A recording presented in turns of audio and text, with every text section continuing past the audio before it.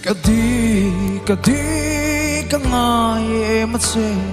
itel ofatay ni Lenny ahar ngay kay kata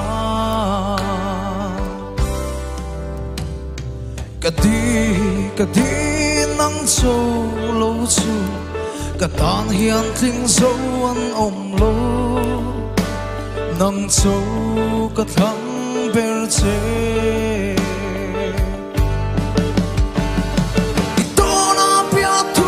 langka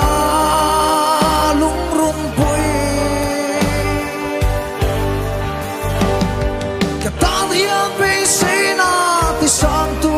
ating so mo lung rung pui kaduat lai en sim lo